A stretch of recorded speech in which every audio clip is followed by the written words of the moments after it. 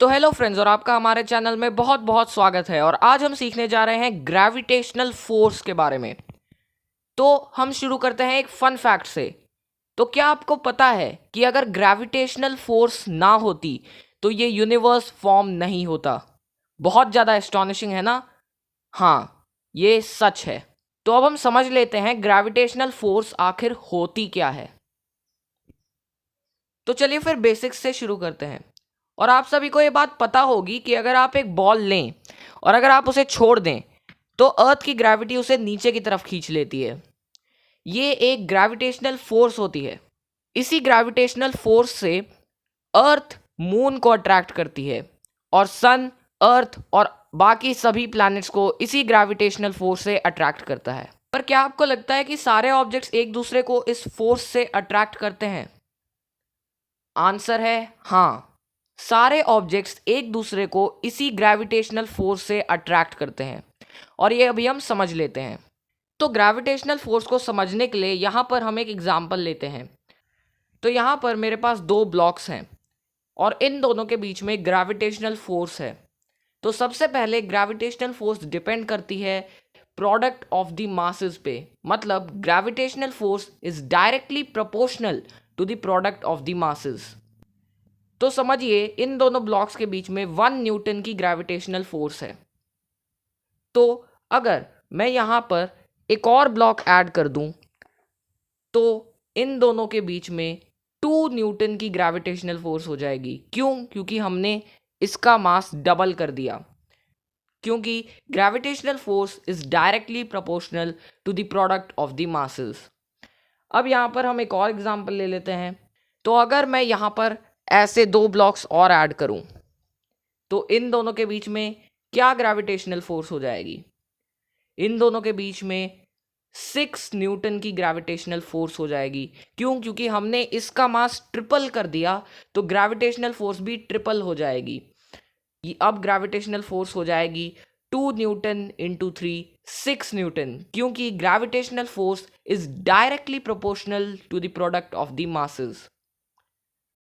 Gravitational force एक और चीज पे डिपेंडेंट है।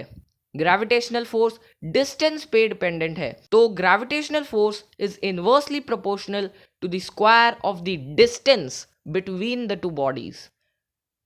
फॉर एग्जाम्पल, अगर इन दोनों बॉडीज के बीच का डिस्टेंस है d और अगर मैं इन दोनों के बीच का डिस्टेंस डबल कर दूं तो अब इन दोनों बॉडीज के बीच का डिस्टेंस है 2d। तो इनकी ग्रेविटेशनल फोर्स 1/4 हो जाएगी। तो वो हो जाएगी 1/4 into 6 newton which is 1.5 newtons, क्योंकि gravitational force is inversely proportional to the square of the distance between the two bodies. और अब अगर मैं इन दोनों को इनकी इनिशियल पोजीशन पे ले आऊं तो अब इन दोनों के बीच का डिस्टेंस है d। और अब अगर मैं इन दोनों के बीच का डिस्टेंस हाफ कर दूं, मतलब और क्लोज ले आऊं, अब इन दोनों के बीच का डिस्टेंस है d/2। तो अब इनकी ग्रेविटेशनल फोर्स 4 टाइम्स हो जाएगी। मतलब 6 इंटू 4 24 न्यूटन्स।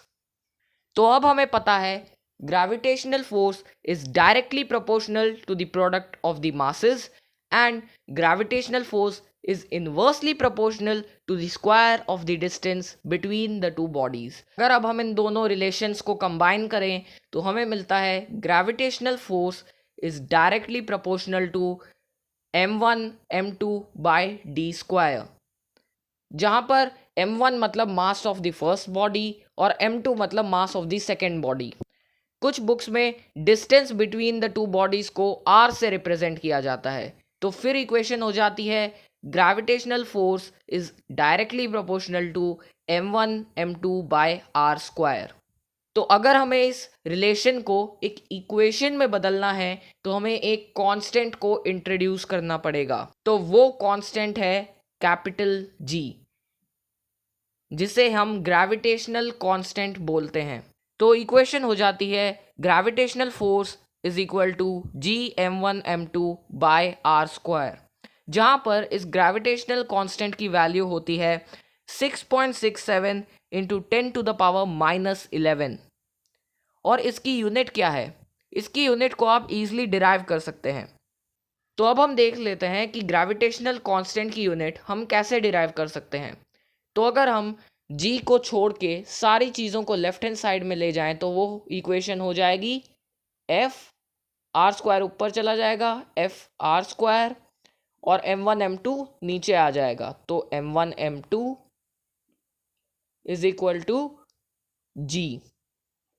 तो अब जी की यूनिट क्या हो जाएगी? जी की यूनिट हो जाएगी newton metre square by KG square. तो ये है जी की यूनिट। तो अब हम कैलकुलेट करेंगे कि इन दोनों ऑब्जेक्ट्स के बीच में कितनी ग्रेविटेशनल फोर्स है। तो हम इमेजिन कर लेते हैं कि इन दोनों बुक्स का मास है 1 किलोग्राम्स और इन दोनों के बीच का डिफरेंस है 1 मीटर। तो इनकी ग्रेविटेशनल फोर्स क्या हो जाएगी?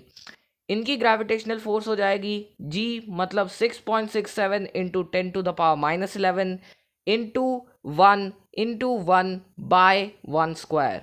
तो आंसर आएगा 6.67 इंटू 10⁻11 न्यूटन। तो इन दोनों बुक्स के बीच में 6.67 इंटू 10⁻11 न्यूटन की फोर्स होगी। तो आपको क्या लगता है, क्या ये दोनों बुक्स एक दूसरे की तरफ मूव करना स्टार्ट कर देंगी? बिल्कुल नहीं, क्योंकि ग्रेविटी इन दोनों बुक्स को अपनी तरफ खींच रही है। तो ये जो छोटी सी फोर्स है ये कोई इफेक्ट नहीं क्रिएट करेगी, और ये जो बोर्ड है इस पे फ्रिक्शन है, तो उसकी वजह से भी ये दोनों बुक्स एक दूसरे की तरफ नहीं मूव करेंगी। तो आपको अपनी स्क्रीन पे ग्रेविटेशनल फोर्स के कुछ कैरेक्टरिस्टिक्स दिख रहे होंगे, तो हम उनको वन बाय वन समझ लेते हैं। Number 1, gravitational force is always attractive.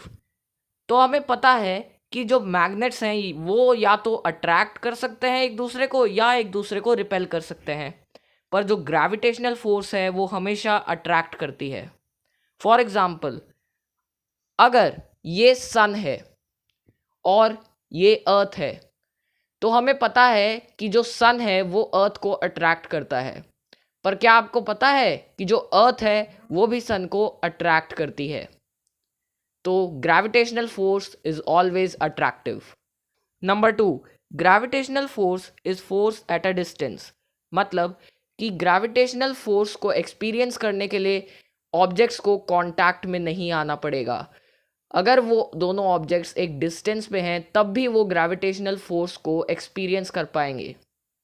Number 3, gravitational force is equal and opposite. For example, अगर सन अर्थ को 1 बिलियन न्यूटन की ग्रेविटेशनल फोर्स से अट्रैक्ट करता है, तो अर्थ भी सन को 1 बिलियन न्यूटन की ग्रेविटेशनल फोर्स से अट्रैक्ट करती है। तो आपके माइंड में एक क्वेश्चन होगा कि फिर अर्थ ही क्यों सन की चारों ओर घूमती है, सन क्यों नहीं अर्थ की चारों ओर घूमता? वो इसलिए क्योंकि अर्थ का मास सन से कम होता है। Number 4, gravitational force is independent of intervening medium. For example, सन और अर्थ के बीच में वैक्यूम होता है, पर अगर इन दोनों के बीच में वाटर होता या एयर होती तो भी ग्रेविटेशनल फोर्स पे कोई इफेक्ट नहीं पड़ता। Number 5, gravitational force is independent of the presence of other bodies. मतलब सन और अर्थ के बीच में बहुत सारे प्लैनेट्स होते हैं, पर उसकी वजह से इन दोनों के बीच की ग्रेविटेशनल फोर्स नहीं बदलती है। So gravitational force is independent of the presence of other bodies. Number 6, gravitational force acts along the line joining the two centres of the bodies. मतलब कि अगर ये दो बॉडीज हैं और इन दोनों बॉडी का एक सेंटर ऑफ मास होता है, और अगर हम इमेजिन करें एक इमेजिनरी लाइन को जो इन दोनों सेंटर ऑफ मासेस को कनेक्ट करती है, तो ग्रेविटेशनल फोर्स उस इमेजिनरी लाइन के अलोंग एक्ट करती है। Number 7, gravitational force is a long range force. मतलब अगर हम बॉडीज के बीच का डिस्टेंस इंक्रीज करते रहें तो ग्रेविटेशनल फोर्स कम होती जाएगी, पर यह कभी भी जीरो नहीं होती है। तो gravitational force is a long range force. Number 8, gravitational force is the weakest force in nature. मतलब अगर हम ग्रेविटेशनल फोर्स को दूसरी फोर्सेस से कंपेयर करें, मतलब electrostatic force, magnetic force, nuclear force, तो ग्रेविटेशनल फोर्स सबसे वीक होती है। तो इसीलिए gravitational force is the weakest force in nature. तो हमने इस वीडियो में सीखा कि ग्रेविटेशनल फोर्स क्या होती है और ग्रेविटेशनल फोर्स किस चीज़ पे डिपेंडेंट होती है, और हमने 8 कैरेक्टरिस्टिक्स ऑफ ग्रेविटेशनल फोर्स भी देखे। तो यहीं पर हमारी वीडियो ख़त्म होती है, और अगर आपको ये वीडियो पसंद आए तो आप इस वीडियो को लाइक करें, हमारे चैनल को सब्सक्राइब करें और इस वीडियो को ज़्यादा से ज़्यादा लोगों को शेयर करें ताकि वो भी समझ पाएँ ग्रेविटेशनल फोर्स क्या होती है। तो चलिए फिर मिलते हैं। Thanks for watching.